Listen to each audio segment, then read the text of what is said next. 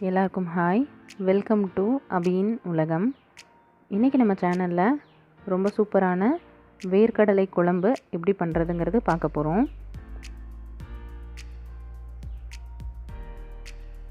இந்த வேர்க்கடலை குழம்புக்கு தேவையான பொருள்கள், இதோட மெஷர்மெண்ட்ஸ் எல்லாமே டிஸ்கிரிப்ஷன் பாக்ஸில் கொடுத்துருக்கேன், செக் பண்ணிக்கோங்க.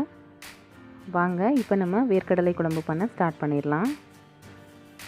நான் இன்றைக்கி ஃப்ரெஷ்ஷாக கடைகளில் ப்ரிசர்வ் பண்ணி விற்கக்கூடிய வேர்க்கடலை கிடைக்குது. அந்த பச்சை வேர்க்கடலை தான் எடுத்து வேக வச்சு யூஸ் பண்ணிக்க போகிறேன்.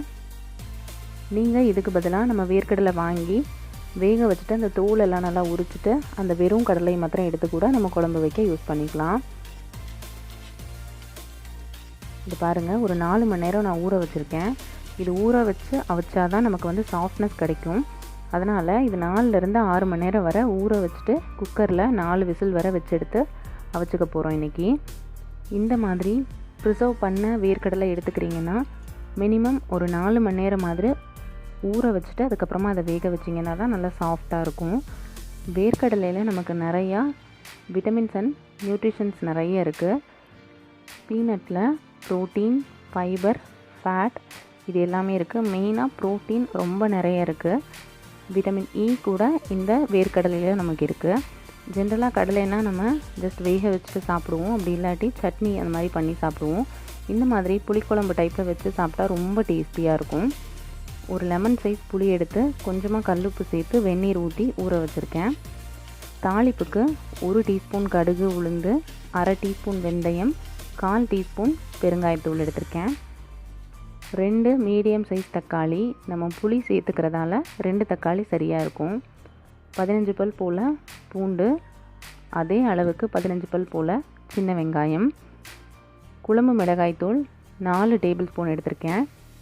உங்கள்கிட்ட குழம்பு மிளகாய்த்தூள் இல்லைன்னா அதுக்கு பதிலாக 1/2 டேபிள் ஸ்பூன் மிளகாய்த்தூள், 2 டேபிள் ஸ்பூன் மல்லித்தூள் எடுத்து இந்த ரேஷியோவில் கலந்துக்கோங்க.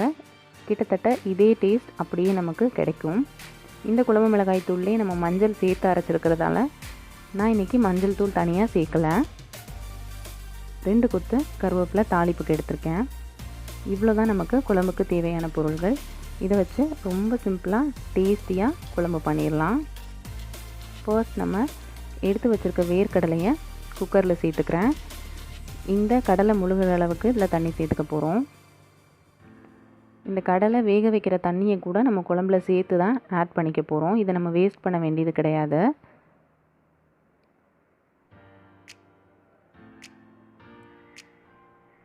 நீங்கள் ப்ரிசர்வ் பண்ண கடலை எடுத்துக்கிறீங்கன்னா திரும்பவும் சொல்கிறேன், மினிமம் ஒரு 4 மணி நேரமாவது ஊற வச்சு எடுத்திங்கன்னா தான் நல்லாயிருக்கும் சாப்பிட்றதுக்கு.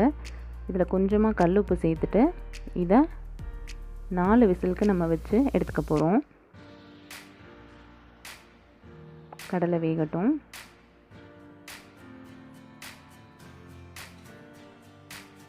இப்போ ஒரு பேனில் குழம்புக்கு 4 டேபிள் ஸ்பூன் நல்லெண்ணெய் சேர்த்துருக்கேன். இந்த குழம்புக்கு நல்லெண்ணெய் சேருங்க, அப்போ தான் நல்லா சூப்பராக இருக்கும் டேஸ்ட்டு. அடுத்ததாக தாளிப்புக்கு கடுகு, உளுந்து, வெந்தயம், பெருங்காயத்தூள் சேர்த்துருக்கேன். அடுத்தது வெங்காயம், வெள்ளை பூண்டு, கருவேப்பிலை. இந்த வெங்காயம் நமக்கு நல்லா கோல்டன் ப்ரௌனாக வதங்கி வரணும். எப்பயுமே வெள்ளைப்பூடு, வெங்காயம், வெந்தயம் இது 3மே நல்லெண்ணெயில் வதங்கினா அதோட ஸ்மெல்லே சூப்பராக இருக்கும். இந்த பேஸ் தான் நமக்கு இந்த குழம்புக்கு நல்லா மனம் கொடுக்க போகிறது. வெங்காயம் வதங்கினதுக்கப்புறமா தக்காளி சேர்த்துக்கிறேன். தக்காளி நல்லா ஒன்று சேர்ந்து வதங்கி வரணும். வேர்க்கடலை மாத்திரம் வேக வச்சு எடுத்துக்கிட்டோன்னா ஒரு 10 நிமிஷத்தில் இந்த குழம்பு சூப்பராக ரெடி பண்ணிடலாம்.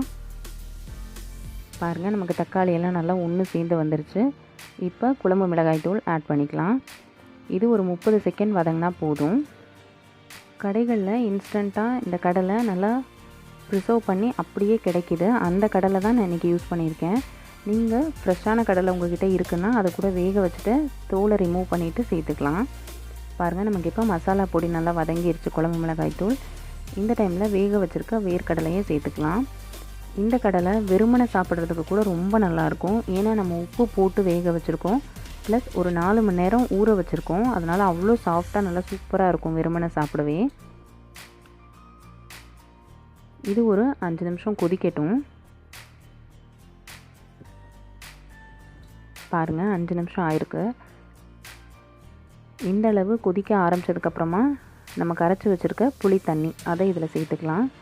நம்ம கடலை வேகிறப்ப உப்பு சேர்த்துருக்கோம், புளியில் கூட உப்பு சேர்த்துருக்கோம். அதனால் இந்த டைமில் உப்பு செக் பண்ணிக்கோங்க.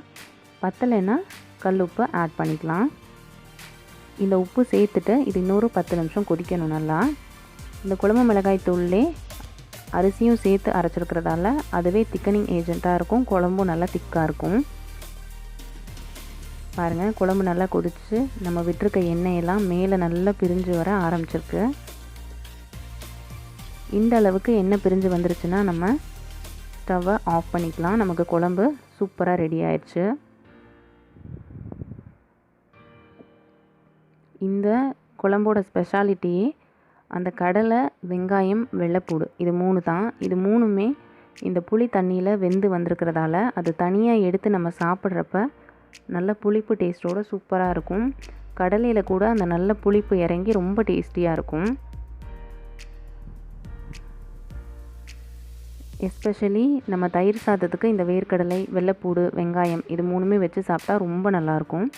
குழம்பு ரெடியானதுக்கப்புறமா இந்த மாதிரி ஒரு மூடி போட்டு ஒரு 5 நிமிஷம் அப்படியே விட்டுருங்க.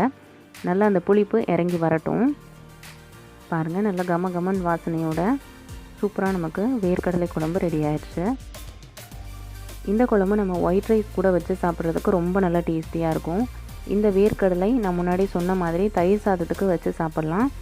வெள்ளை சாதம், இந்த குழம்பு, இது கூட தேங்காய் சேர்த்து செய்யக்கூடிய ஏதோ ஒரு பொரியல் இது இருந்தாலே போதும், அவ்வளோ சூப்பராக இருக்கும் அந்த மெனு. கண்டிப்பாக நீங்களும் இந்த ப்ரோட்டீன் ரிச்சஸ்ட் வேர்க்கடலை குழம்பை உங்கள் வீட்டில் ட்ரை பண்ணி பாருங்கள். ட்ரை பண்ணி பார்த்துட்டு உங்களோட ஃபீட்பேக்ஸை என்னோட கமெண்ட் செக்ஷனில் ஷேர் பண்ணுங்கள். என்னோடய வீடியோஸ் பிடிச்சிருந்தா நம்ம சேனல் அபியின் உலகம்க்கு சப்ஸ்கிரைப் பண்ணி ஷேர் பண்ணிடுங்க. தேங்க்யூ ஃபார் வாட்சிங்.